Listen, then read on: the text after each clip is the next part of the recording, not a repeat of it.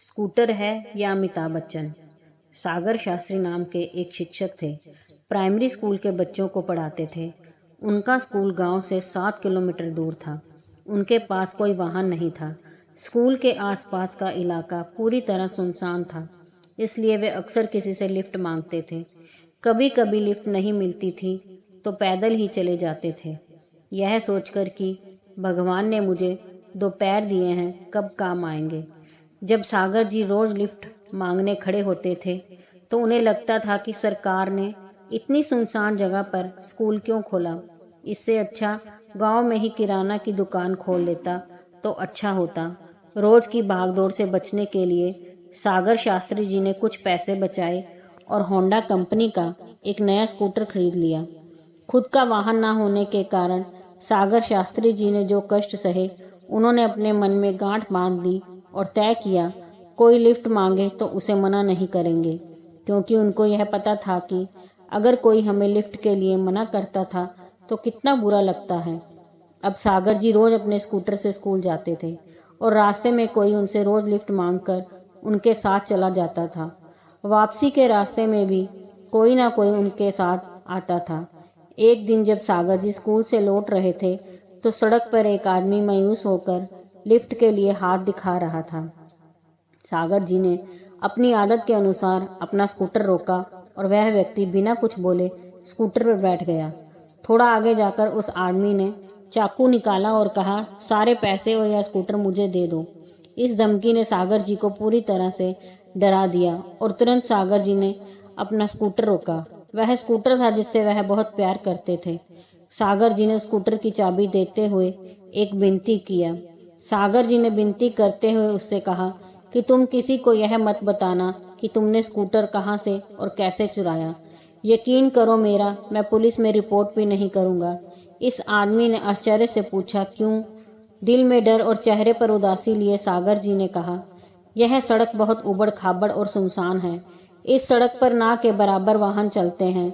साथ ही अगर इस सड़क पर ऐसी कोई घटनाएं होती रही तो लिफ्ट देने वाले चंद लोग भी लिफ्ट देना बंद कर देंगे।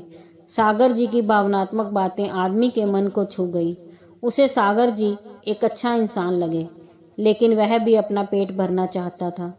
ठीक है, ऐसा बोलकर वह स्कूटर लेकर वहां से निकल गया। अगली सुबह जब सागर जी अखबार लेने बाहर दरवाजे के पास आए और दरवाजा खोला तो सामने उनको अपना स्कूटर दिखा। सागर जी की खुशी का तो ठिकाना ही नहीं रहा। वे स्कूटर के पास दौड़े और अपने स्कूटर पर प्यार से हाथ फेरने लगे, मानो जैसे उनका बच्चा था। उनको वहां एक कागज चिपका हुआ मिला। उस पर लिखा हुआ था, मास्टर साहब, यह मत सोचिए कि आपकी बातों से मेरा दिल पिघल गया। कल मैंने आपका स्कूटर चुराया और गांव गया और सोचा कि उसे भंगार वाले को बेच दूं।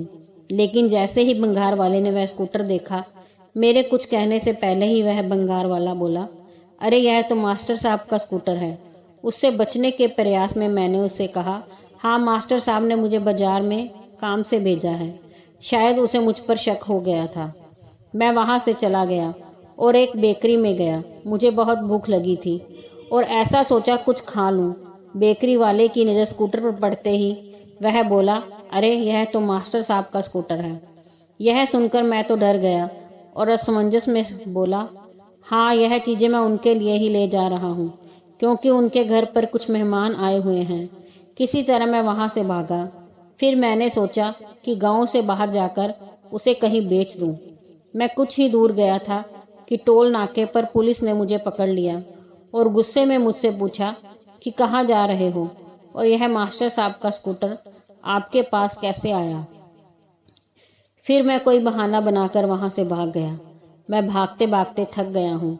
मास्टर साहब, आपका स्कूटर है या अमिताभ बच्चन, हर कोई उसे जानता है। मैं आपकी अमानत आपको सौंप रहा हूँ। उसे बेचने की मुझ में ना तो हिम्मत है और ना ही ताकत। आपको हुई परेशानी के लिए मुझे माफ कर दो, और परेशानी के बदले में मैंने आपके स्कूटर की टंकी भरवा दी है। इस पत्र को पढ़कर सागर जी मुस्कुराए और कहा, कर भला तो हो भला। अगर आप दिल के नेक इंसान हो तो आपके आसपास के लोग निश्चित रूप से खुश होंगे।